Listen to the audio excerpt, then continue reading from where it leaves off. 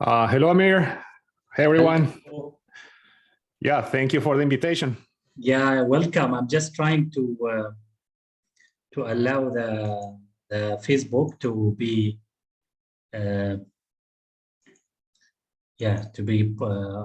so we can. Okay, just 1 minute. Yeah. I'm sorry for this. I'm just trying to.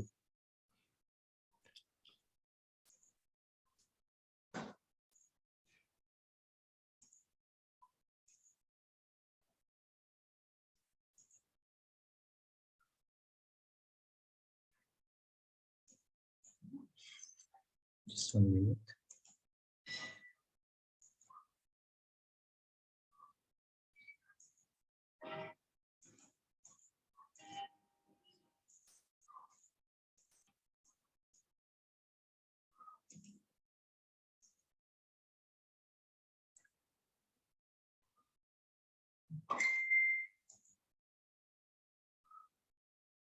Yeah, just 1 minute. I'm trying to solve the issue. I actually went now to Facebook, but yes. So it will go now. Just 1 minute.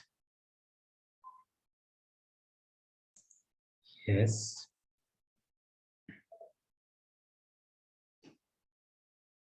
Yeah.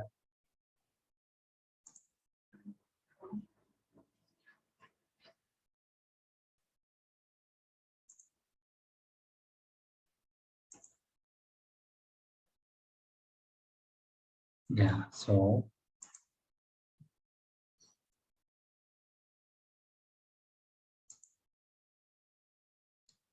hello, Mr. Carlos. Hey, Amir. Hey, everyone. Thank you. I'm very honored for the invitation and be able to be here with all of you. Yeah, thank you so much. I'm so happy to have you here with us. You will speak to the Arabic community of ABA, whether they are BCBAs or BCEBAs, RBTs, and also some of the parents and some of the ABA therapists. So I'm so happy to host you in our show. We actually do this show monthly to disseminate ABA between parents and other specialists who are interested to know more about ABA. So I will just give you now the talk to just introduce yourself to the community and to the listeners. Yeah, so welcome everyone. So let me put my PowerPoint on the screen, and then in my presentation, then I'll introduce myself. So let me share my, can you allow me to share, Amir? Definitely, yeah, definitely, yes. Okay, let's see.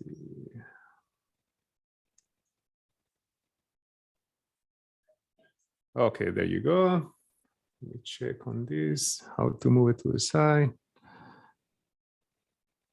So we got, let's see. We have so many windows open that it's always. Yes. Slideshow, I think it goes here. Play from start. There you go. Okay, so today we're going to talk about one of my favorite topics, that is the topic of how to teach verbal behavior and how to teach language. And it's one of my favorite topics because I have seen the impact that it can have in the lives of many of our clients. So let me introduce myself, and then I'll tell you why I decided to become a behavioral analyst and why specifically I decided to get into early intervention and teaching language as one of the focus for intervention. All right, so my name is Carlos. I was born in Colombia. I came into the United States in 2001. And when I first came into the United States, I didn't know much about behavioral analysis, but I was lucky to be able to have a teacher that his name was Dr. Jose Martinez Diaz. And he told me about applied behavior analysis, and I love the material so much. I love his passion. I love the values of the profession of helping people using science, doing something that is practical, that you can see changes in the lives of our clients on a regular basis very quickly. So he has been a great influence for me. And I remember clearly the day that I decided to work on early intervention. And it was one of the classes with Dr. Jose Martinez Diaz that he decided to show us a video. And in the video, we could see a behavioral analyst. I forgot who it was, but I think it was Dr. Partington, that he wrote the AWOLs, but I'm not 100% sure, but I think it was Dr. Partington. And in the video, you can see him coming into the room to work with a young child, and the child couldn't communicate. The child was crying, trying to move away from Dr. Partiton, engaging in problem behavior. And at the end of the video, when he was working with the child, pairing with the child, teaching them skills, you can see Dr. Partiton in his birthday, and the little child is singing happy birthday to him. And you can see that a child that couldn't communicate, that didn't want to interact with him, now is actually communicating, singing to him, and being happy to share that moment with him. And that touched me so much because I could see the impact on the life of a child from early on. Thank you so much. I just want to ask you a question about today's topic, which is mandate training, which is actually related directly to verbal behavior. So my question is, and many people ask, why now lots of people are focusing more on using verbal behavior as a main intervention to teach language for children with ASD? Yeah, so I'll answer your question in the next session of the presentation. So yeah, I'll tell you a story, and with the story, I'll tell you why it's important. So today we're going to talk about the importance of communication, and I'm going to answer your question in that portion of the talk. Then we're going to talk about how to teach, then requesting, that is one of the most important aspects of communication. If you're a behavioral analyst, then we call requesting manding. That would be the technical term. Yeah. But if you're not a behavioral analyst, it's just requesting, asking for things. And then how to measure progress when you're teaching your kids, your clients, your students, how to request, how to communicate. So what is the importance of communication? And this is the story of Rafael. He was one of my clients. And I remember when I started working with him, this is not a picture of him, but represents Rafael. And I remember when I was working with him, then like the little kid in the video that I told you about, he didn't want to interact with me. Problem behavior, crying, running away, hitting himself. He couldn't communicate his needs. And he used to engage in problem behavior.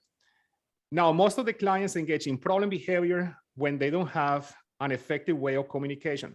Because yeah, you want something, you're not able to get it effectively, and that's why problems with behavior tend to occur. So this will be big four focuses of areas that we can teach important skills. And this is recommendations by the authors in the bottom, like Alain Rosales Ruiz, Sihon, Courier, Ferguson, and colleagues, 2018. So I recommend that one of the most important skills that we can teach is communication.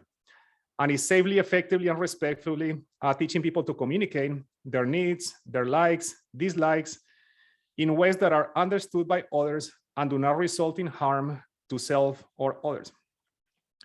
Another important skill is teaching people how to gain attention.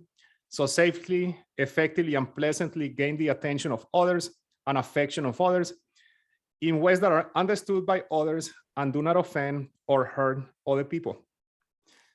Another important skill, teaching independent play. So joyfully engaging in activities like how to play alone, how to play with others, and increase the number of duration of complex activities that do not cause harm or of self to others. And the fourth one is teaching people how to tolerate things that they don't like and when they tell them no. So safely, effectively, and diplomatically coping with tolerating and accommodating adversity in situations that are in the child's best interest over the long term. So this is a quote that I really like from the authors of this article that says, learning these four skills is one portion of a worldwide agreement about fundamental rights that should be afforded to children everywhere: to have a voice, to communicate, to have love, to have affection, to play, to create, and to learn to be a useful members of society and developing skills. Mr. Carlos, will you allow me just to translate little by little so others also who are not good in English, they can also still understand? Well, yes. Okay. So we can start from now with the translation. Okay, very good. Okay. Thank you so much. فمستر كارلوس بيتكلم عن ان في 4 مجالات اساسيه عشان ان احنا نساعد الطالب على الكوميونيكيشن. اول شيء ان هو يعني بفعاليه، ويقدر انه يتواصل مع الاخرين، يعبر عن احتياجاته، يعبر عن الاشياء او الرغبات او الاشياء التي لا يريدها بطريقه سهله، تستطيع ان كمان ان هو لا يؤذي نفسه او لا يؤذي الاخرين. اوكي.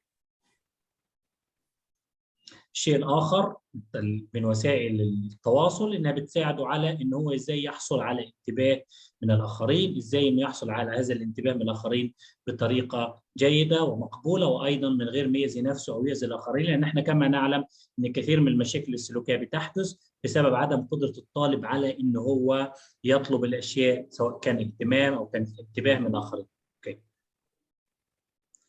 الشيء الثاني والمهم جدا عشان نشتغل عليه في التواصل او الطلب، انه يستطيع اللي هو الاندبندنت بلاي، يستطيع انه يستمتع باللعب. زي ما احنا عارفين كثير من الاطفال المشخصين باضطراب طيف التوحد بيكون عندهم مشاكل في اللعب، ما بيكونوش قادرين على اللعب بطريقه صحيحه وبطريقه او بمده اطول، وبيكون عندهم مشاكل في اللعب. فلما ان احنا نعلم الطلب ايضا يستطيع ان هو يلعب لوحده ويستمتع ايضا باللعب سواء مع نفسه او مع الاخرين. وكذلك يتعلم مهارات توليرانس اللي هي مهارات الانتظار، زي الانتظار، او انه يتعامل مع المواقف المختلفه، يتعامل مع التنوع اللي ممكن يحدث، مع تاخر احتياجاته، نشتغل على نحن نزود مهارات الانتظار عنده. فدول هم 4 مجالات اساسيه. اما نحب ان احنا نشتغل على تدريس مهارات التواصل بيكون تركيزنا على تدريس هذه ال4 مهارات. Thank you, Mr. Carlus. Thank you. Okay, so now let's look at the different forms of communication. So we have mentioned the importance of teaching communication. So now what type of communication are we going to teach? Because people can communicate in many ways. People can communicate by speaking, people can communicate by signing, like sign language, and people can communicate by exchanging icons. احنا اتكلمنا وقلنا عن أهمية التواصل. الوقت هنتكلم على طرق مختلفة، 3 طرق مختلفة اللي بتخلي ان احنا نقدر ان احنا نتواصل مع الاخرين. الطريقة الأولى اللي هي المعتادة سبيكينج، الكلام عن طريق اللغة، انت تتكلم تعبر عن احتياجاتك. الطريقة الثانية عن طريق الإشارة، انت تشير على الشيء او تستخدم ايديك في الإشارة على الشيء وبالتالي الآخرين يستطيعوا ان يفهموه. الطريقة الثالثة هي عن طريق الصور، تبادل الصور. وهذه هي ال3 أنماط الرئيسية للتواصل. So what is the value of teaching people to request, specifically communicate and communicate their needs that we call manding? And I think man is one of the most important skills that we can teach our clients for 2 reasons. So one reason is that the person is going to learn that they can get what they want in a way that is going to be more effective. And the second reason is that they're going to learn the value of having to interact with others, because by communicating, we have a social component. So it's better to communicate than just by being by myself. أهمية الطلب بيكمن إن هو بيساعد الشخص إن هو نمرة 1 إنه يستطيع إنه يحصل على الشيء الذي يريده بفعالية وبسهولة. الشيء الثاني إنه بيوضح لي قيمة التواصل مع الآخرين، لأن هم هيكونوا مصدر لحصوله على الأشياء المحببة أو ابتعاده على الأشياء الغير محببة. So now that we determine the importance of requesting, communication, and manding, let's talk about how to teach this skill. الآن هنشتغل إزاي إن إحنا ندرس هذه المهارة اللي هي مهارة الطلب. إزاي ندرس الطالب إنه نبدأ إن نعلمه إنه يطلب الأشياء. So what would be a request that we call a man? And a request is going to be a response that is going to occur when there's motivation for something. So I want a cup of water, and because I want the water, I'm going to say water, and the consequence for the request will be getting exactly the cup of water. So it has to be a specific consequence that is valuable, and it has to be valuable because it's related to what I want. الطلب ايه هو المكونات الاساسيه بتاع الطلب؟ المكون الاساسي للطلب هو ان يكون في رغبه او في حاجه داخليه للحصول على هذا الشيء. فمجرد ما يكون عندك رغبه في الحصول على الشيء فياتي دور الطلب.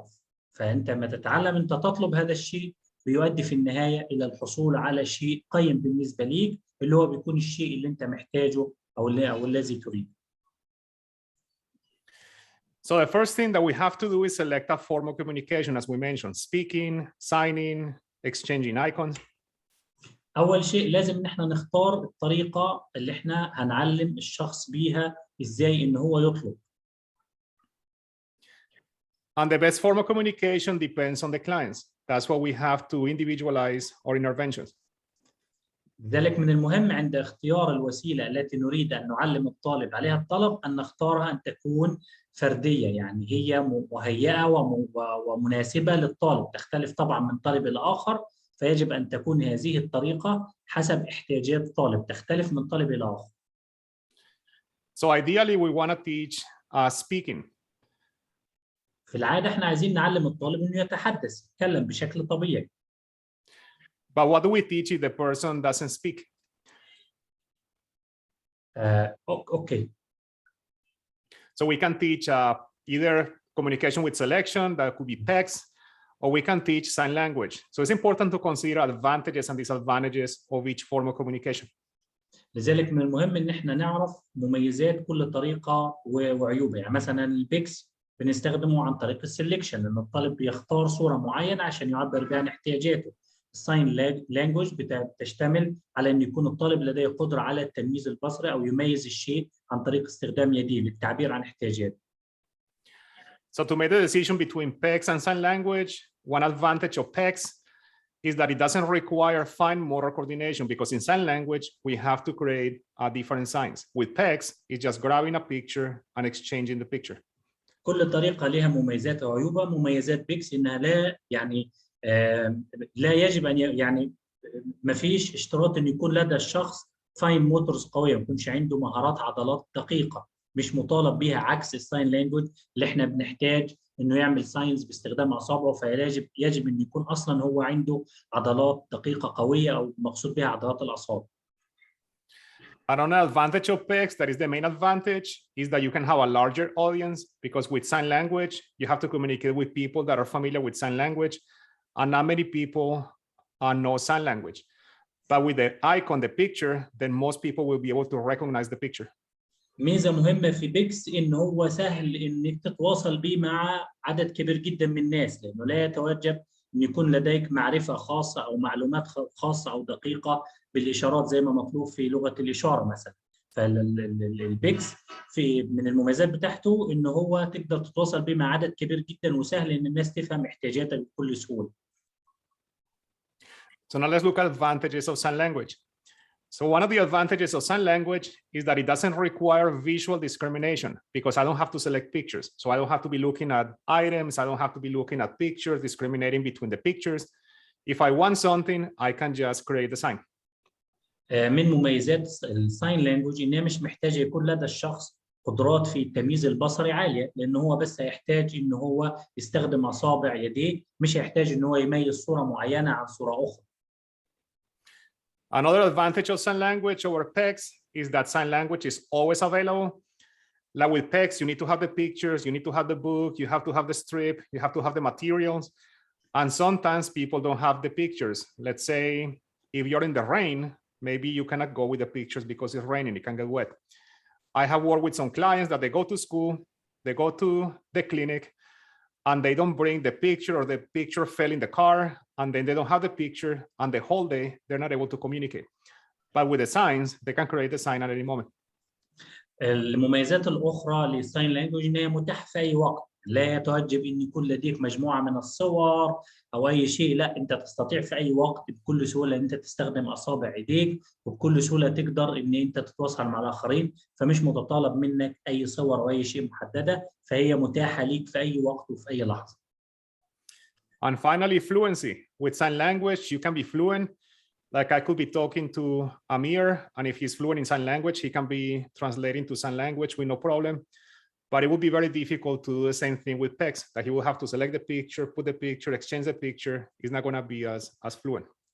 الميزة أخرى من الساين لانجوج إن أنت تحتاج أنت يكون فلوينسي، يعني عندك طلاقة في التعامل مع الإشارات عشان تستطيع أن أنت تتواصل مع الآخرين. So which is the best form of communication? For some clients could be PECS, some clients could be sign language. We have to be open to any form of communication and decide what is the best thing for the clients. So we have to be able to teach any of these. مفيش طبعا حاجة معينة نقدر نقول إن في طريقة أفضل من الطريقة، المفروض إن الطريقة اللي بنستخدمها هي اللي بتكون الأنسب والأفضل للطالب حسب احتياجات الطالب نفسه. So let's talk about some general rules to teach requesting, demanding. دلوقتي هنتكلم عن قوانين عامة أو قوانين عامة عشان نعرف ندرس الطلب بشكل صحيح وفعال. All right, so first general rule is that to teach requesting, motivation must be present. So we cannot tell the person, okay, it's time to ask for the candy, time to ask to go on the bicycle. The person needs to want the candy, want the bicycle, so we can teach them how to request for those things. أول قاعدة أساسية عشان نقدر ندرس الماند بشكل صحيح إنه يكون في موتيفيشن، في دافعية داخلية لدى الفرد ورغبة في الحصول على الشيء اللي هو المفروض هيطلب. So how can we create motivation? And this is one of the beautiful things about behavior analysis, that we believe that motivation is based on the environment. Something happens that motivates you to want something else. It's not something internal that happens spontaneously. No, something happens that makes you want something.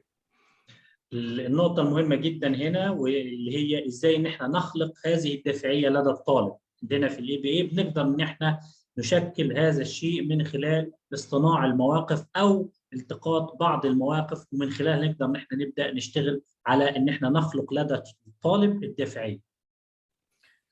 And because of this advantage, then we can create motivation to teach requesting to our clients. So for example, if it happens naturally, like something happens without planning, like with my clients, sometimes they haven't eaten lunch. I see that they want to get something to eat, and then I teach them how to request for what they want to eat. المفروض ان احنا نستغل بعض المواقف اللي نجد ان لدى الطالب في احتياج لشيء معين، ومن خلال احتياجه لهذا الشيء نبدا ان احنا ندرس الطلب. زي مثلا لو ولد اديله فتره ما كلش ودلوقتي هو محتاج انه ياكل، انا ممكن استغل لحظه ان هو عايز ياكل واقدر ان انا اعلمه ازاي يطلب الاكل. But if it doesn't happen naturally, then we can create motivation. With some of my clients, I create the opportunity. I could be hiding something that they like, and because I'm hiding it, then I make them want what I have, and I create the opportunity to teach them to ask for the item. والابداع هنا ان هو مش اذا لم يكن هذا الموقف اصلا موجود بشكل طبيعي، انا استطيع ان انا اصطنع هذا الموقف بشكل او باخر، زي ان انا اخبي عنده حاجه محببه عنده واحاول ان انا اخلق عنده دافعيه ليها، ومن خلال خلق هذه الدافعيه ابدا ان انا اعلم ازاي يطلب هذا الشيء. Yeah, another example, I might give them a piece of paper that they want a color, and I don't give them the pencil, the color. So they have to ask for the color so they can continue painting in the paper. مثال بسيط لكده ان انا احط قدامه مثلا لو هو بيحب التلوين او الالوان، احط قدامه ورقه والمفروض ان هو هيقوم بتلوينها، واخبي الاقلام بحيث ان هو يطلب او يكون في حاجه للحصول على الاقلام، وبالتالي انا يعني اصطنع هذا الموقف عشان ادرسه ازاي يطلب الاقلام. All right, so the second rule is that the more specific the form of communication, the more useful. القاعدة الثانية المهمة في تدريس الطلب إن كل ما كان طريقة التواصل محددة كل ما كانت مفيدة، كل ما كان الشيء محدد اللي هو يتواصل به كل ما كان هذه طريقة مفيدة. So an example of this that I have seen with some of my clients that later on causes some difficulties is that they learn like a general type of request, like more, like please. And then it's difficult to know what they want. So you have to start guessing. So I have seen clients that they sign more, and then you don't know what it is. Okay, do you want the apple? No, more. Do you want the water? No, more. Do you want the toy? And because they're not getting what they want specifically, they begin crying and going back to engaging problem behavior. بالضبط، لذلك من المهم جدا ان احنا نعلم الطالب انه يطلب الشيء المحدد او الشيء الخاص الذي يريده، لان احيانا ممكن الطالب يطلب شيء بشكل عام، يقول لك انا عايز الحاجه دي او عايز الحاجه دي كتير وانت مش عارف ايه هذا الشيء، فبالتالي هتجد ان هو بدا يدخل في بروبلم بيهيفير لان هو في النهايه ما عرفش يحدد ايه الشيء اللي يحتاجه اساسا. So a better form of request would be teaching begin with nouns. So a person specifically can ask for the apple, they can get the juice, they can get the toy, they can get the ball. So begin teaching nouns at the beginning. لذلك يفضل ان احنا نبدا ندرس الطالب انه يطلب عن طريق تسميه الشيء تحديدا، زي مثلا عايز تفاحه، عايز موزه، عايز حليب، عايز عصير، شيء محدد. So select the form of the response that it would be specific to the item that they want. لذلك من المهم ان احنا نعلم الطالب الاستجابه المحدده او الشيء المحدد اللي هو هيطلبه عشان يستطيع انه يصل اليه. Another general rule that to teach requesting, we have to provide a specific consequence because the consequence is based on what the person wants. If the person is using the specific response that we teach, let's say the person is asking for the train, we're not going to give the person the water. We're not going to tell the person, good job asking for the train. No, if the person is asking for the train, we need to give them the train. If they're asking for the pencil, we give him the pencil, and so on. القاعدة الثانية المهمة إن المفروض إن الطالب لما يطلب شيء محدد نعطيه هذا الشيء المحدد. إذا الطالب طلب مثلا تفاحة يجب أن نعطيه هذه التفاحة. طلب مثلا حليب يجب أن نعطيه الحليب. And this will be important when we're teaching a request for information. So let's say I'm hiding one of the toys that the person likes. I'm hiding the puzzle piece. The person is trying to complete the puzzle and they ask, where is the puzzle? When they're asking where, the consequence is not going to be getting the puzzle. The consequence is telling them where the puzzle is. So I might tell them the puzzle is on the shelf. And by giving them the information, they can get themselves and get the puzzle. So it's important to know that the consequence for asking for information is getting the information. من المهم جدا ايضا وانا بشتغل على مهاره الطلب ان احنا الشيء اللي يطلب الطالب يجب ان يحصل عليه. زي مثلا من المهارات المهمه جدا ان نعلم الطالب انه يسال او يطلب معلومات معينه. زي مثلا لو انا خبأت شيء معين في مكان معين وانا بعلم الطالب انه يسال اين هذا الشيء، يبقى اذا لازم الكونسيكونس يكون ان هو يذهب ويحصل على هذا الشيء من المكان عشان يكون ربط ما بين السؤال الطلب والكونسيكونس ان هو حصوله على الشيء المحدد. Like a request for help, then you have to be specific, like help opening the box. And the consequence for the request to help open the box is that you open the box for them. You don't give them a toy, you don't give them the box. No, you open and they can get what is inside the box.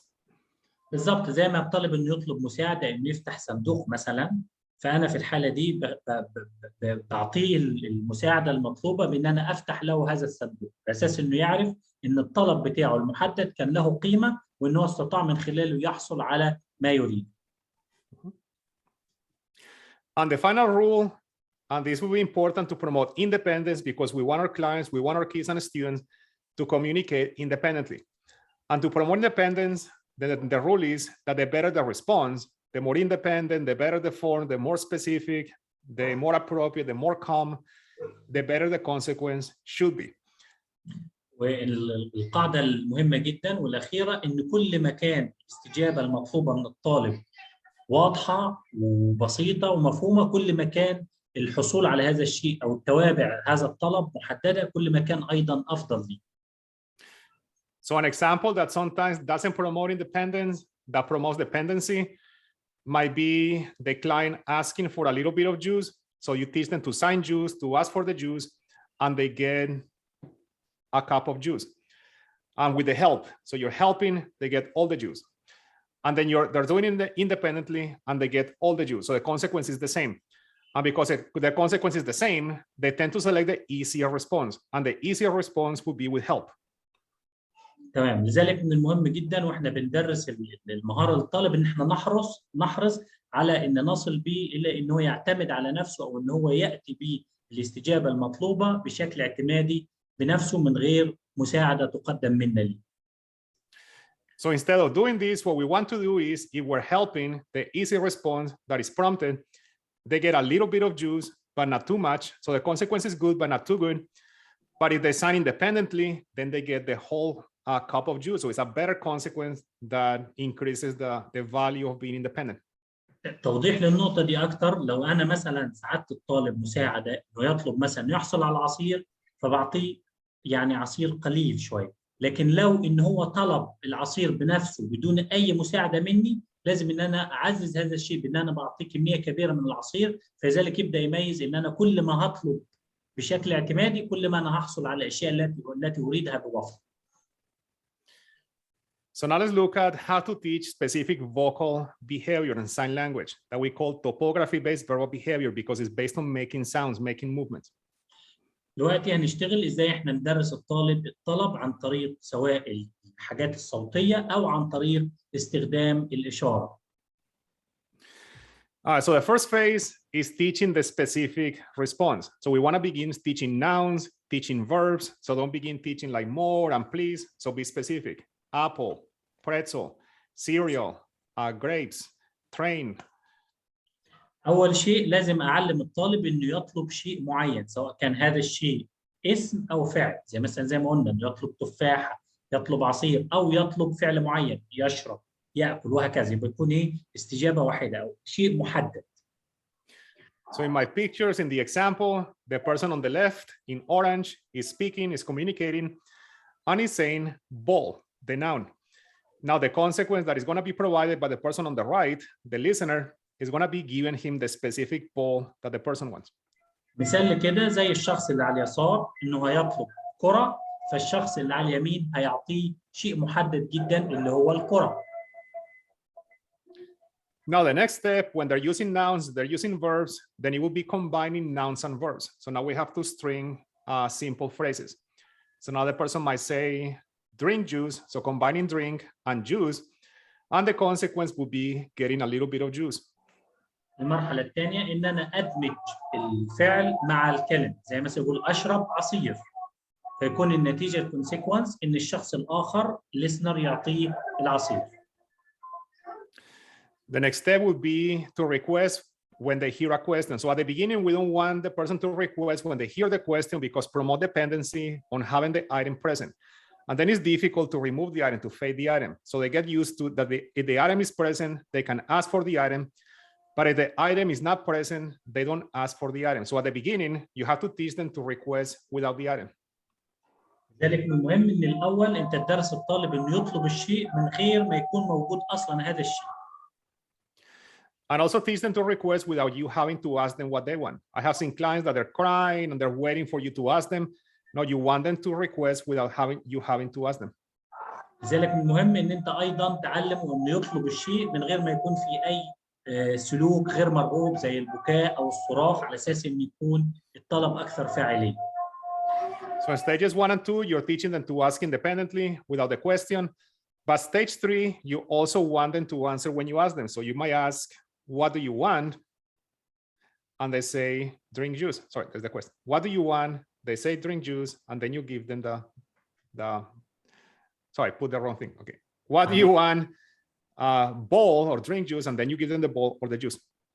المرحلة الثالثة إنه هو إحنا علمناه إنه يطلب بكلمة، يطلب بفعل، بعدين يطلب بكلمة وفعل. الآن المرحلة الثالثة إن إحنا نعلمه إنه يجيب عن سؤال، زي مثلا أقول له أنت عايز إيه؟ فيرد عليه يقول لي مثلا كرة، أو يقول لي أشرب عصير. Now that we talked about teaching vocal behavior, teaching sign language, we also need to be able to learn how to teach selection-based requesting, that is using PECs, using icons. المرحلة الثانية إن إحنا إزاي نعلم الطالب إنه يطلب من خلال استخدام PECs. So the first phase in teaching PECs begin with something easy, the simple response. It's just teaching the mechanics of communication with icons. So the person has the picture in front of them. There's only one picture. And teaching the person that to grab the picture and exchange the picture. Grab the picture, exchange the picture. So by exchanging the picture, they get the ball. المرحلة الأولى إن إحنا بنعلمه إن هو يستبدل أو يأخذ الكارت يعطيه ليا فيحصل على الشيء اللي هو عايزه. مثلا هنا في كارت كرة، فهو بيأخذ الكارت بيعطيه ليا وأنا بعطيه الكرة. The next step would be increasing the distance to the icon or increasing the distance to the other person. So it's not in front of them. It's not as easy. Now they have to get up. They have to go to the table. They have to get the picture, come back and exchange the picture. المرحلة الثانية إن إحنا نزود المسافة ما بين الطالب نفسه وبين الشخص اللي يعطيه الشيء، على أساس إن إحنا نعلمه إنه هو ممكن يمشي بعض الخطوات عشان يحصل على الصورة ويعطيها للشخص، ومن ثم يحصل على الشيء المحبب ليه أو الشيء اللي هو عايزه. That's on this example. Okay. Now stage number 3. Now they have to begin distinguishing different icons. So now a little bit more complex. So now they have to select something that they like versus something that they don't like. And it's important to begin with that Because if they like the two things, they might not be learning to distinguish the two pictures because both consequences would be good. So begin with like the bubbles. Let's say the person likes the bubbles and the other picture might be blank. That is nothing. If the person selects the blank picture, no consequence. If the person gets the bubbles, then you blow the bubbles for them. المرحلة الثالثة إن هو يبدأ يميز ما بين أشياء محببة وأشياء غير محببة، يتعلم إنه يختار، يعني يميز ما بين شيء يريده ويميز هذا الشيء من أشياء أخرى. زي ما أنتم شايفين هنا كده في الصورة، في صورة مكتوبة بابلز وفي كارت تاني أبيض خالص. إذا الطالب خد الكارت الأبيض ما فيش كونسيكونس، لأن هنا لم يختار الشيء المفروض إنه يختار. إذا اختار البابلز المفروض إنه يحصل على البابلز، فبالتالي مع الوقت هيميز إنه لما يختار الصورة الصحيحة هيحصل على الشيء الذي يريد. And then you add the two pictures that they like. So now they can select bubbles with the blank picture. They can select the cookie with the blank picture. When they can do that, now you can present both and they can request between the cookie and the bubbles. المرحلة اللي بعد كده إن إحنا نحط له يعني شيئين وهو يختار ما يريده منهم عشان إنه يتعلم. إذا اختار الكوكيز هياخد كوكيز، وإذا اختار البابلز هياخد بابلز. يبقى عنده القدرة إنه يميز ما بين أيضا شيئين مفضلين عنده. The next step will be building sentences. So now we're adding more words in the string. So now the person has to select verb, noun combinations by before, specific verb, noun combinations. Another person is going to select the picture of I want, and then select the picture of the specific item, ball, and then exchange the picture. المرحلة الرابعة احنا نبدأ هنا نعلمه إنه يبدأ يتواصل عن طريق جملة كاملة. فيبدأ ياخد كارت I want أنا عاوز، وبعدين ياخد كارت كرة يبقى أنا عاوز كرة، ونتيجة الكونسيكونس إيه؟ إنه هو يحصل على الكرة. كل مرة هيختار الطريقة الصحيحة بهذا الشيء هيحصل على ما يريده، يبقى كده هو بيصل إلى الأشياء المحببة ليه. And a strategy that can help sometimes developing vocal behavior is when the person exchanges the strip, then have the person touch I want and touch bubbles. So they touch I want and you say, I want, you say for them bubbles, I want bubbles. And then you begin waiting. I might say I want, and I'm not saying ball, and you might see them begin trying to say ball because you're not saying it. And sometimes you can shape vocalizations that way. من الطرق اللي ايضا عشان بعض اولياء الامور بيتخوفوا من بيكس عشان موضوع الصور، ان انا المفروض وانا بشتغل مع الطالب في بيكس المفروض ان انا ابقى اسمي له الاشياء. اقول له انا عاوز كره، المره اللي بعديها اقول له انا عاوز، وانتظر شويه على اساس ان انا اشجعه انه يقول كلمه كره. يبقى اذا مهم جدا وانا بستخدم وانا بحط الكروت اسمي له الاشياء اللي موجوده في الصور على اساس ان الطالب يميز هذه الصور مع الاصوات او الكلمات اللي انا بقولها. And then like in vocal and sign language that we teach the independent man without the question first. Then with Apex will be the same thing. So now they're exchanging the picture without the question. Now stage number 5, then they should be able to also request when you ask them. So then you begin introducing the question, what do you want? And then they select the pictures and then they do the exchange. المرحلة الخامسة نبدأ زي ما عملنا في الطريقتين الماضيتين، الآن هنبدأ برضه نفس الشيء، إن هو يجيب عن السؤال. فلما أقول له أنت عاوز إيه؟ فيختار كارت أنا عاوز، ويختار كرة فيقول أنا عاوز كرة، وبالتالي يحصل على إيه؟ يحصل على كرة. So how to measure progress? So we have been teaching requesting. So there's many ways that we can measure progress. Some are easier than other ones. This is the type of way that I found more practical that I'll share with you. طبعا انتوا عارفين التحليل السلوك التطبيقي كل استراتيجياتنا وكل تبقى مبنيه على الداتا او البيانات، وتحديدا على قياس الاستجابات عشان نعرف اذا في فاعليه للشغل اللي احنا بنشتغله ولا ما فيش فاعليه.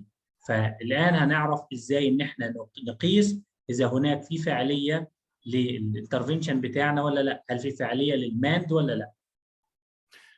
So the thing with requesting and manding is that we want to measure the frequency of manding at the beginning. We just want to increase the frequency. And manding and requesting is what we call a free operand, that it can happen freely at any time. That's why we don't want the person to depend on us asking them a question. They should be able to ask at any moment. And we want to be clicking and recording every time they're requesting throughout the day.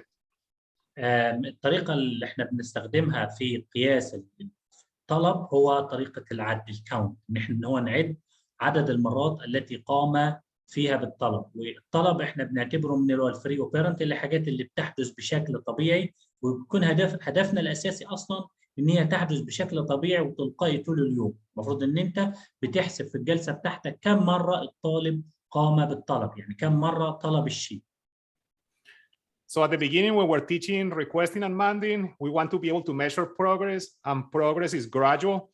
So progress, it might be with prompts, then it becomes a little bit more independent, and finally it's going to be completely independent. فاحنا بنيجي نقيس المهاره، لازم نقيسها حسب التلقين اللي احنا كنا بنعطيه. هل ترى كانت الماند اللي احنا كنا بنعلمه له الطلب كان في تلقين، ولا كان بشكل كامل الطالب هو اللي قام به؟ فمهم جدا احنا نفرق ما بين سواء الحاجات اللي احنا اعطيناه فيها مساعده والحاجات اللي هو عملها بنفسه، ويكون طبعا نجاح اكثر لو الطالب قام بنفسه باكبر عدد ممكن من الماند. So we want to have three measures. We want to have a measure for independent. We want to have a measure of prompted. We want to have a measure of incorrect behavior, problem behavior. So we can use clickers with different colors that I have used, like independent. I might use a green clicker, prompted, the yellow clicker, and the red for incorrect commands or problem behavior. So I'm clicking. Yeah. Yes. Sorry. لذلك وانا بشتغل على الطلب عشان نقيس الطلب بشكل صحيح، بشتغل على 3 قياسات مختلفه. القياس الاول زي ما قلت هو الطلب اللي تم بتلقين مني، يعني انا لقنت الشيء وهو قام بالطلب من خلال، زي انا قلت له انا عاوز هذا الشيء، انا عايز تفاحه، وهو قال انا عايز تفاحه، ده يعتبر طلب ملقن، يعني انا لقنته لي. النوع الثاني او اللون الثاني، اللون الاصفر، انه هو هذا الطلب يكون خرج بشكل تلقائي اندبندنت، يعني هو الطالب بنفسه قام به بدون اي مساعده مني، زي ان انا ارفع قدامه التفاحه ويقول لي انا عاوز تفاحه، ده يعتبر طلب اندبندنت، والطالب قام به بشكل طبيعي. الثالث، اللون الاخضر الثالث او العداد الثالث، ده ممكن يكون عشان اعد بيه لو في اي بروبلم بيهيفير حصلت كانت مصاحبه مع الطلب، يعني مثلا حصل اي بروبلم بيهيفير، فيبقى انا كمان بعد لو حصلت اي مشكله سلوكيه. So some people get really good at this and they can hold the three counters in the same hand and they can click. But the problem is that you need to develop that fluency, and there's the risk that you might be making mistakes. And also, if you have all the clickers in one hand, you cannot use the hand to be able to interact with the client. فهنا بيقول ان طبعا الموضوع بيحتاج تدريب كويس جدا، عشان انت في بعض الناس شاطره جدا بتبقى حاطه 3 كليكرز على ايديهم وبيقدروا في الوقت نفسه يعدوا هم شغالين مع الطالب. انت طبعا ده بيستوجب انت تكون عندك طلاقه عاليه جدا عشان ما تعدش حاجه غلط او تخطا، ودي طبعا برضو من في اللي بيحصل في الجلسات اللي بين انت تكون على طول في عمليه ميجرمنت للطلبات المختلفه اللي ممكن يقوم بها الطالب. So to make it more practical, something that I have done before is having the clickers in different positions of my body. Like I put in my belt, the green clicker on the right, the yellow clicker on the left, and the red clicker in the back. So that way I'm free with my hands, I can interact with the client, I don't make the mistakes of maybe clicking with the wrong finger. It will be easier because it's gross motor movement, so correct, incorrect, or prompted. مستر كارلوس بيقول ان هو عن نفسه عشان يبتعد عن موضوع انه يحط الكليكرز في ايد واحده ويحصل خطا، فكان بيحطهم واحد على اليمين واحد على الشمال، وممكن واحد يبقى ماسك في ايده بحيث ان هو يقدر يميز ما بين كل واحد عشان يعرف يسجل الطلب. وزي ما انتم شايفين دي قوه تحليل السلوك التطبيقي، احنا بنعتمد على الميجرمنت والداتا في كل القرارات. And then at the end you have the count, so then you're going to graph the data because that's the way to evaluate progress. And you're going to see progress because you're going to see the frequency of independent increasing, prompted is going to be decreasing over time, and incorrect is also going to decrease. So at the end of the day, you want independent to be high and the other two to be low. زي ما انتم عارفين جزء اساسي عندنا في الاي بي اللي هو الجرافينج، ان انا في نهايه اليوم او في نهايه الجلسه او في نهايه الفتره اللي انا بشتغل بيها او مثلا نهايه الاسبوع بعمل جرافينج للبيانات بتاعتي اللي انا جمعتها من الجلسات. في النهايه طبعا زي ما انتم شايفين هنا هيكون هدفي ان الاندبندنت ماندنج اللي هي الطالب قام به بمفرده يكون هو اللي انكريزنج او يكون هو اللي ترندنج، وكذلك يكون الانكوريكت او المشاكل السلوكيه اللي ممكن تحدث او الطلب اللي مصاحب بمشكله سلوكيه في انخفاض، وكذلك البرامبتد او الطلب الملقن اللي انا لقنته للطالب ايضا ينخفض. يكون في النهايه من عناصر النجاح ان الماند تريننج كان ناجح، احنا نلقى مزيد من الاندبندنت ماندنج، ان الطالب بدا يطلب بنفسه بشكل اعتمادي دون ان يعتمد على احد. So I wanted to finish going back to the story of Rafael. They remember I began working with him, and at first he was crying, engaging in problem behavior, not wanting to interact with me. And I'm really happy to say that he has made great progress. And one of my favorite memories of Rafael is that one day we brought some butterflies to the school for the first time, and he was looking at the butterfly, and he put his finger, and Amanda, we have never told him, he was able to put a sentence and include very specific commands. So he was able to say, I want the butterfly in my finger. So we could put the butterfly in his finger. طبعا في بدايه العرض كان مستر كارلوس اتكلم على الطفل رافائيل. طبعا لما بدا في الشغل معاهم في برامج التدخل المبكر كان في كثير من المشاكل السلوكيه، البكاء والصراخ، وكثير جدا جدا المشاكل السلوكيه اللي كان من الاسباب الاساسيه بتاعتها انه الطالب ما كانش قادر على انه يطلب، وبالتالي بعد ما اتعمل التدخل الصحيح والطالب بدا يطلب وصل لمرحله انه دخل المدرسه وفضل لغايه ما مستر كارلوس بيقول انا اتذكر في يوم من ذات الايام انه استطاع انه يطلب. كان جاي المدرسه وكان قال ان انا عايز الباتر فلاي انها تقف على ايدي. طبعا معظم المشاكل السلوكيه بتاعته اختفت لانه اصبح يعتمد اكثر انه يطلب الاشياء المحببه ليه، وبالتالي كثير من المشاكل السلوكيه بتاعته انخفضت. And I wanted to finish with some resources that you can use. So I will recommend the Carbon Clinic. I think they have some clinics in the Middle East that you can check. Yes. Pyramid Educational Consultant, that they have PECs. They visualize, if you're a parent, that would be providing like easy ways to follow like different treatment recommendations. You can look at the VB map that is very helpful in teaching language, essential for living, and also functional living skills. دي مجموعة من المصادر اللي مستر كارلوس بينصحنا بيها، اللي هي بتكون موجود فيها كثير من الماتيريالز والتقنيات والاستراتيجيات اللي تعلمنا ان احنا نطور مهارات الماند تريننج مع الطلاب اللي احنا بنشتغل عليهم، زي كاربون كلينيك، بيراميد اديوكيشنال كونسلتنت اللي هي الخاصه دكتور اندي بوندي، ABA فيجواليزد ده طبعا موقع معروف على الانستغرام، في بي ماب كلنا طبعا عارفين الفي بي ماب، واسينشالز فور ليفنج ده منهج من المناهج اللي بتستخدم، وكذلك فانكشن اللي هو ال فانكشنال ليفنج سكيلز. كل هذه المصادر نقدر نلقى فيها كثير من المعلومات على تدريس الماند تريننج للطلاب. Now you can answer any questions that you might have. شكرا مستر كارلوس.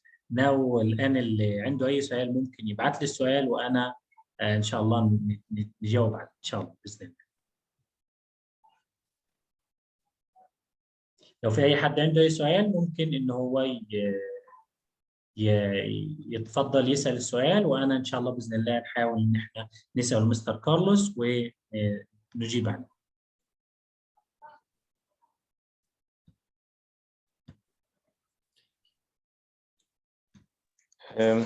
Hello, I have a question here. I'm Hassan at BCBA. First of all, I'd like to thank you, Mr. Carlos, for this presentation. Especially, I'm my master from FET as well. Okay. So I'm so happy to see you today. My question is about, as you know, the misunderstanding of using alternative method of communication and the relation between that, using this as an intervention or alternative method of communication, and it prevents the development of spoken language. And this is a challenge we usually face when we make this decision. And the first impression of parents usually, oh, you are going to use this, so my child will not speak later. So how can we deal with that? I know there is a lot of research that support there's no relation between or using alternative method of communication support over time the development of spoken language with some children. But generally, how do you think about this critical point usually we face with the parents of children we work with? Thank you. Thank you, Hassan. And it's a very good question, and it's a legitimate, very good concern that people have.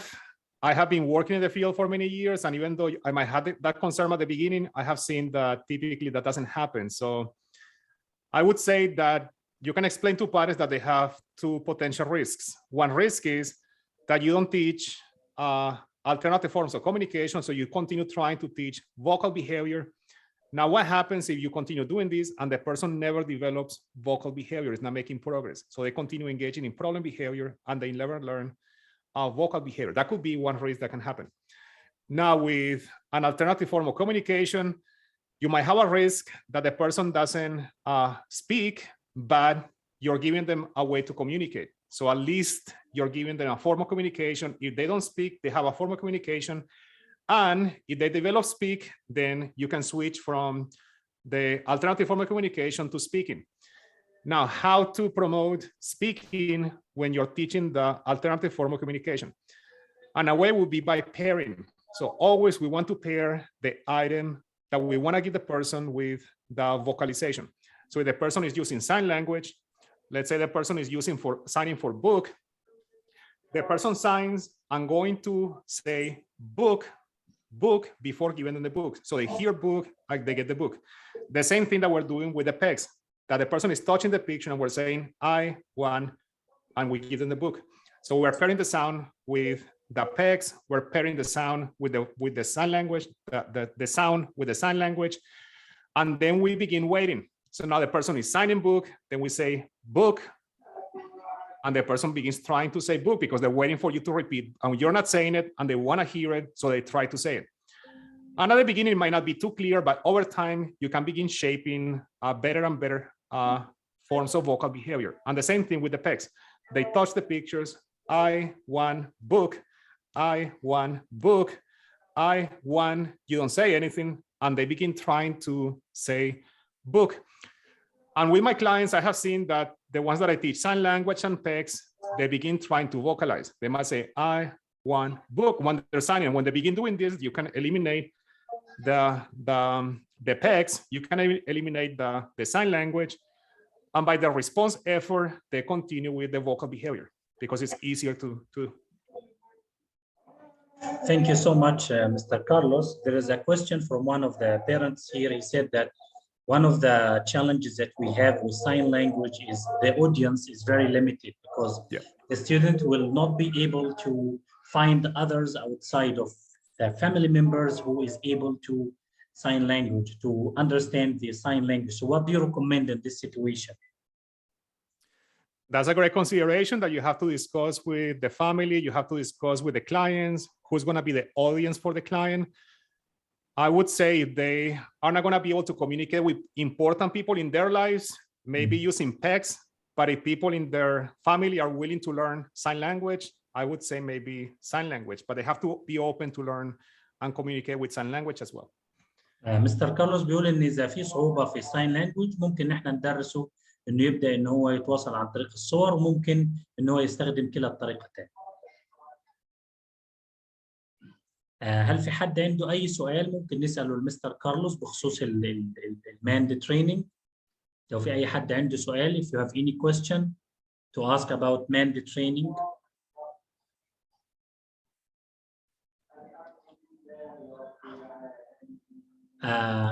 Asma, we cannot hear you. I think you are muted.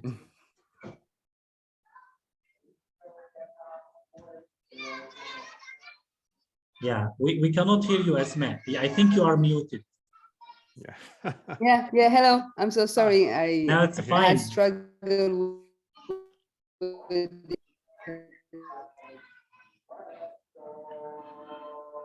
net. Can you hear me now? Yeah. Yes.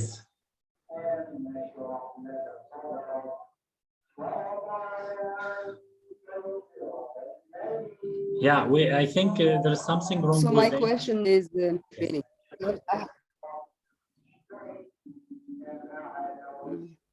Okay, all right, I'll type it down, maybe better. Yeah.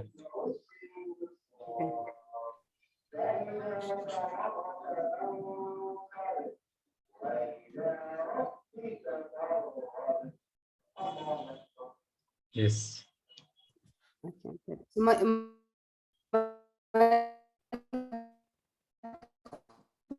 question, if a child using ACC along with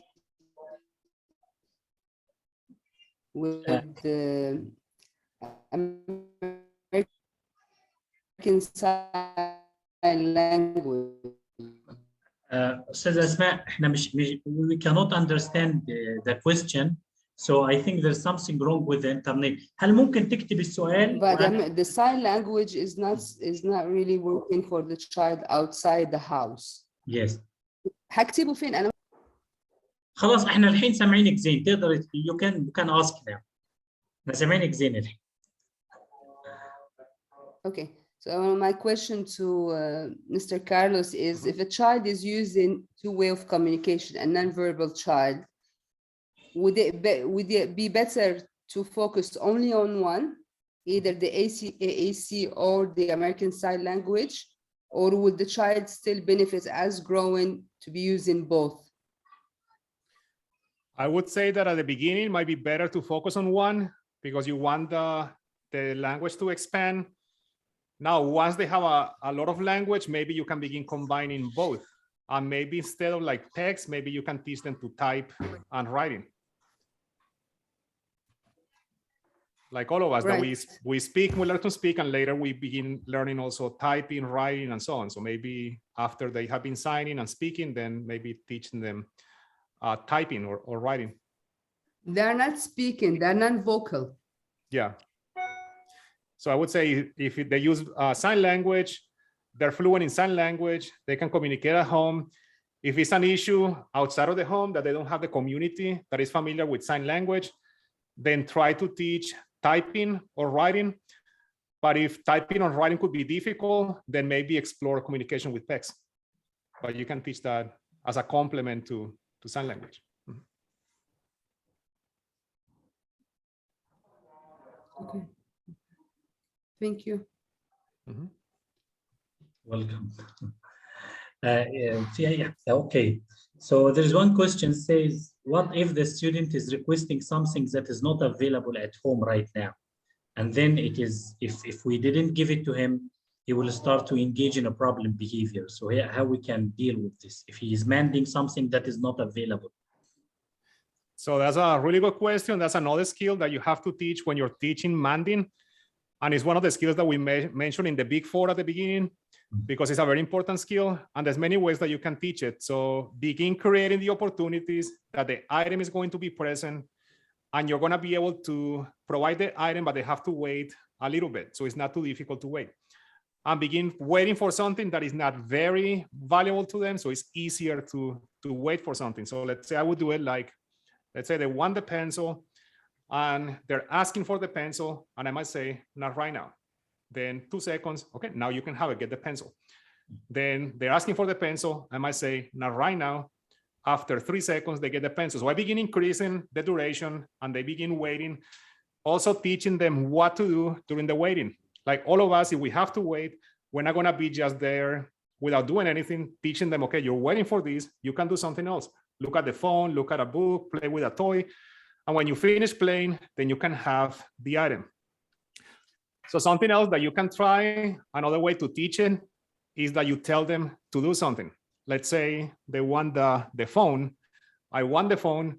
I tell them, not right now. Then teach them a toleration response. So what to do, they can say, okay. So teach them to respond, okay, maybe later. And then you tell them what to do. Okay, when you finish coloring the picture. So now you tell them, okay, you have to color the picture, they complete the task, and when they complete the task, then they get the phone.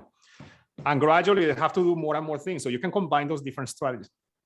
Yeah, very good, very good answer. I really like it.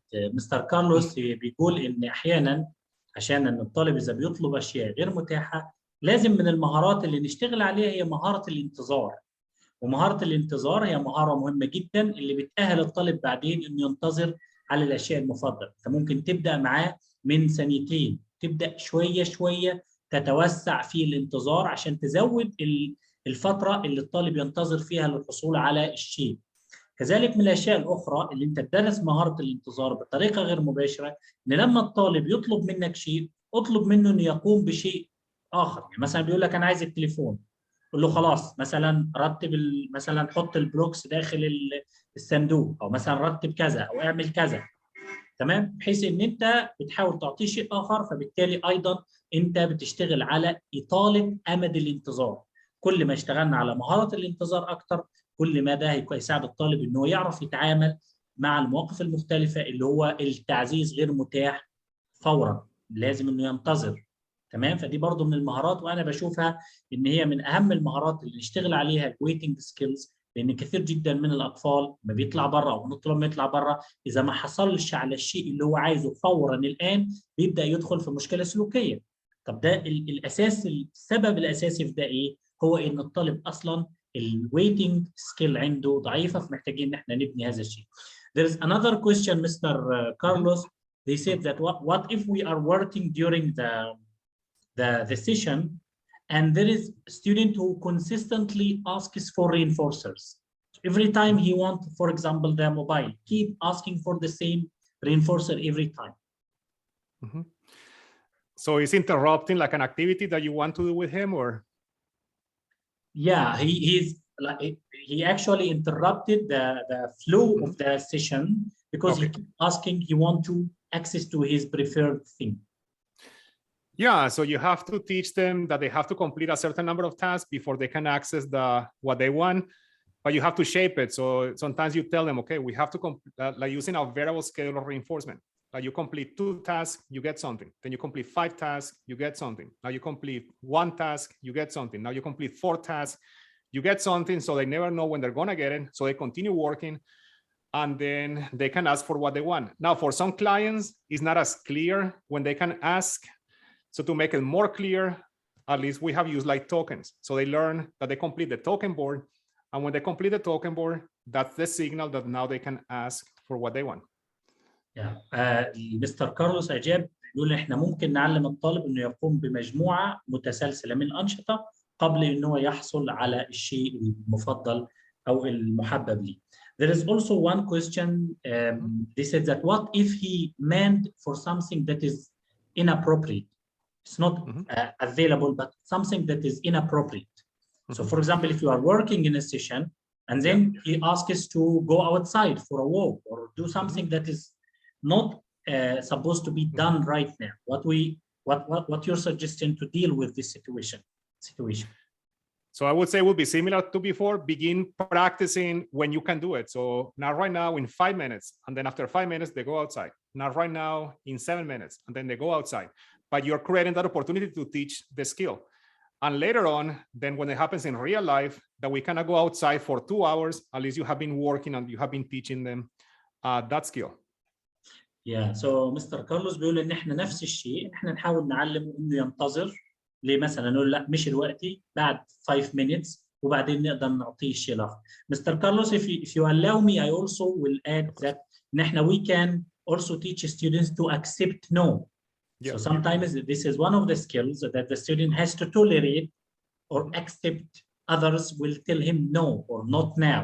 So this is also a skill اللي تقدر, it will help us or will help the student to tolerate accepting no. So if something is not available now, we cannot get it to you now, مش هنقدر اجيبه لك الآن, so you have to accept no. So this is also something important. Exactly, but when you tell them that they cannot have it, again, teaching them how to respond, you tell them no, you cannot have it. Like I have clients that they have a diet, they might be allergic to peanuts. They want to get the peanuts and it's not possible to get the peanuts. No, you cannot have peanuts. That's not your peanuts. It's not safe to get the peanuts. So you tell them no, but then tell them how to respond. They must say, okay. And when they respond appropriately, then you give them an alternative. Okay, you cannot have the peanuts, but we can get something else. So they learn that by accepting, at least they get something that is good, not what they wanted, but they get something good. But if they don't accept, they don't get what they want, and they don't get anything, an alternative either. يعني نقطة أخرى مهمة قالها مستر كارلوس اللي هو إن إحنا إذا درسنا الطالب أو إذا إحنا حطينا له هدف إن هو يأكسبت نو، لازم نعرفه إزاي إن هو يستجيب لنو، إن هو يقبل نو. ومجرد إن هو يقبل فكرة إن حد يقول له نو أو إن أنت مش هتقدر تحصل على هذا الشيء الآن، أيضا لازم إن إحنا نعزز هذا الشيء عنده بإن إحنا نعطيه شيء آخر مفضل أو محبب ليه.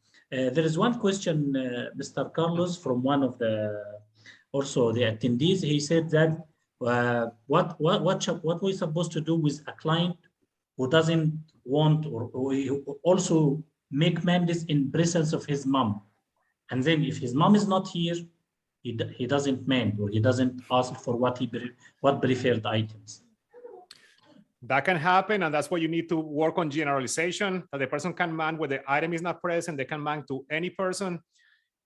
So ideally, you want to avoid that. That's what you want to teach those sequences that we mentioned before. But if it already happens, that's a problem that we have to figure out.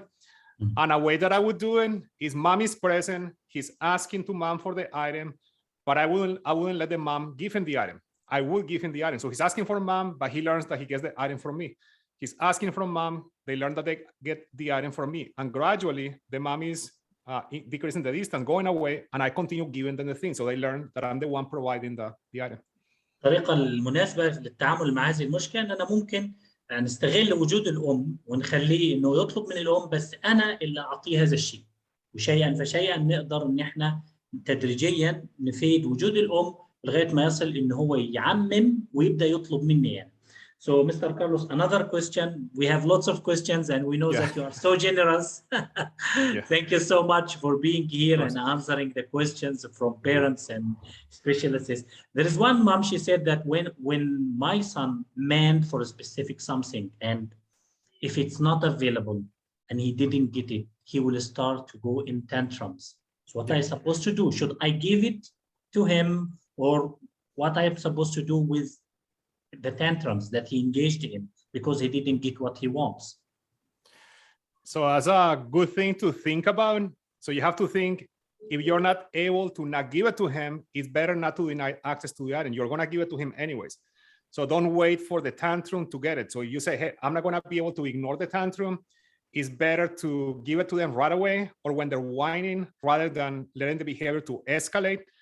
Because if you give it to them when they escalate, you're actually teaching them the more severe type of behavior. So you have to recognize, I'm not going to be able to do it. I will have to give them the item. So don't wait for the behavior to get worse.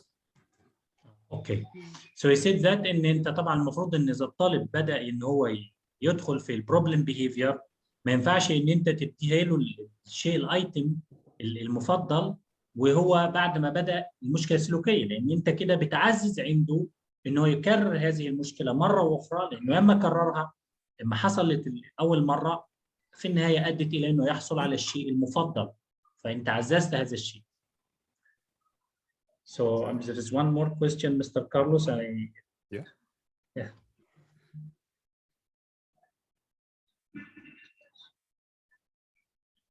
She said that in which stage of mending we can start teaching waiting skill? I would say at the beginning, you want to reinforce all the mands when you're teaching mending right away. So if you're looking at the first mands that you're teaching, then always reinforce the man immediately, consistently, every time that it occurs.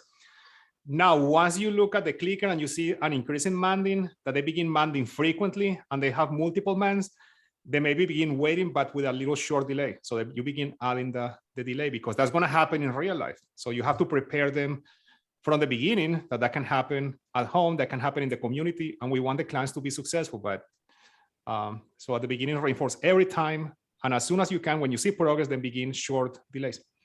المفروض ان احنا شيئا فشيئا نبدا نؤخر اعطاء المعزز ليه تدريجيا عشان يقبل فكره انه هو ينتظر ولو لثواني معدوده.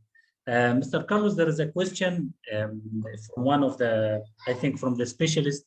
He said, why now there is trending about behavior, the verbal behavior? What is the difference between verbal behavior as approach in teaching language and the traditional way of teaching language, which is commonly used? So this is a very big question. So like behavior analysis versus not behavior analysis?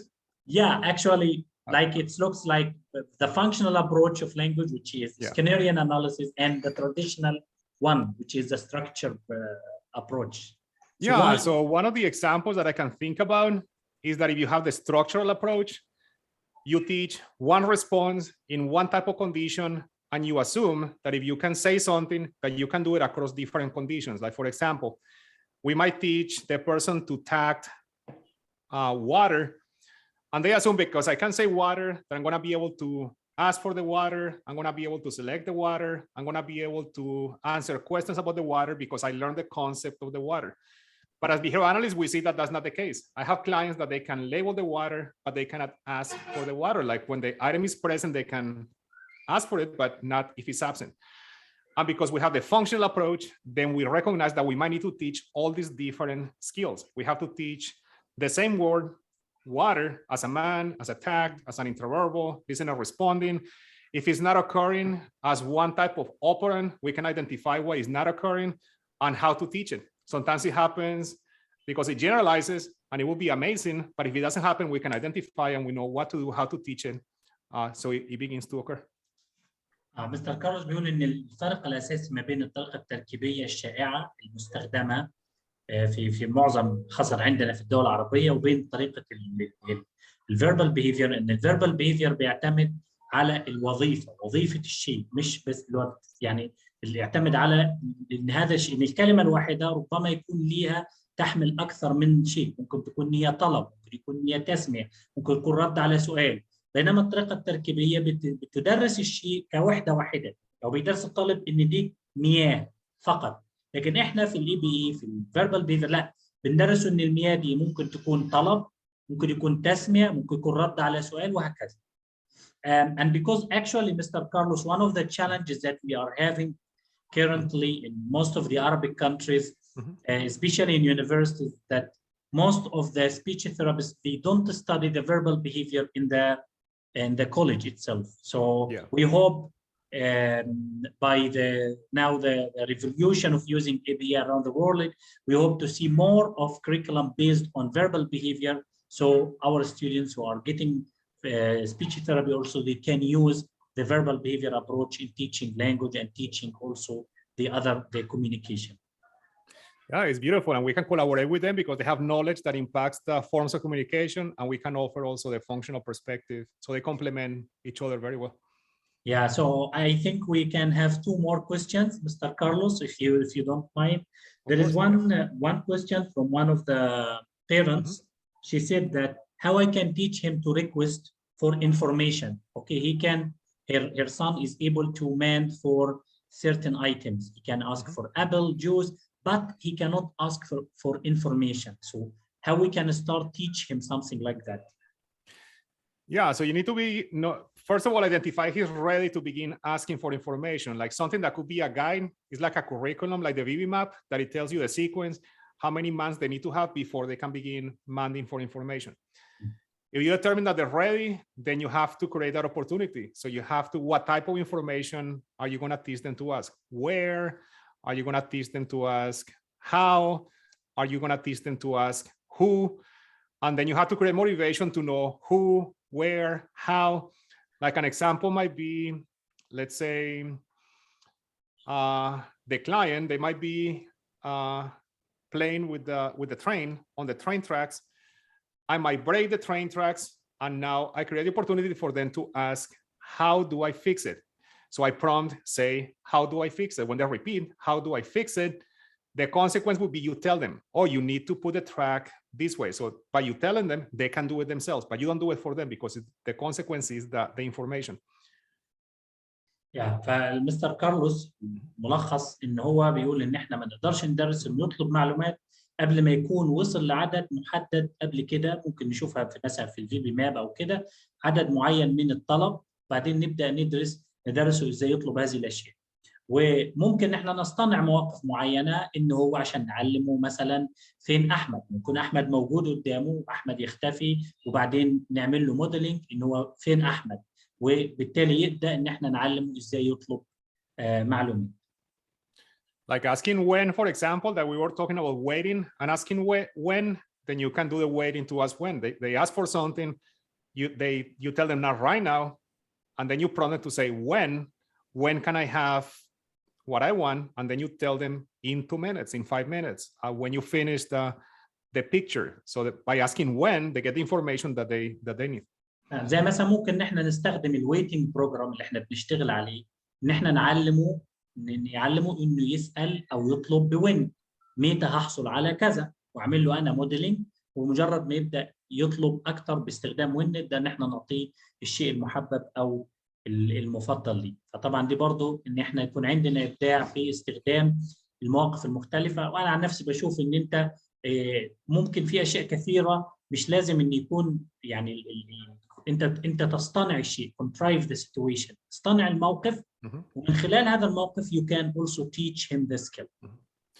And let's say you need to have multiple people in the room. So let's say us 4 are in the room and one of us has the toy, but we don't tell the person who has the toy. So, hey, one of us has the toy and he's trying to figure out. So we prompt, okay, ask who has the toy. So when he repeats who has the toy, then we tell him, oh, Amir has the toy. And then he goes and gets the toy from Amir. زي مثلا زي ما قلت انت بتصطنع مواقف ممكن تكون في الغرفه وفي 4 اشخاص موجودين، واحد منهم معاه اللعبه، فانت بتحاول تصطنع الموقف عشان تعلم الطالب انه يقول مين او منو اللي معاه اللعبه.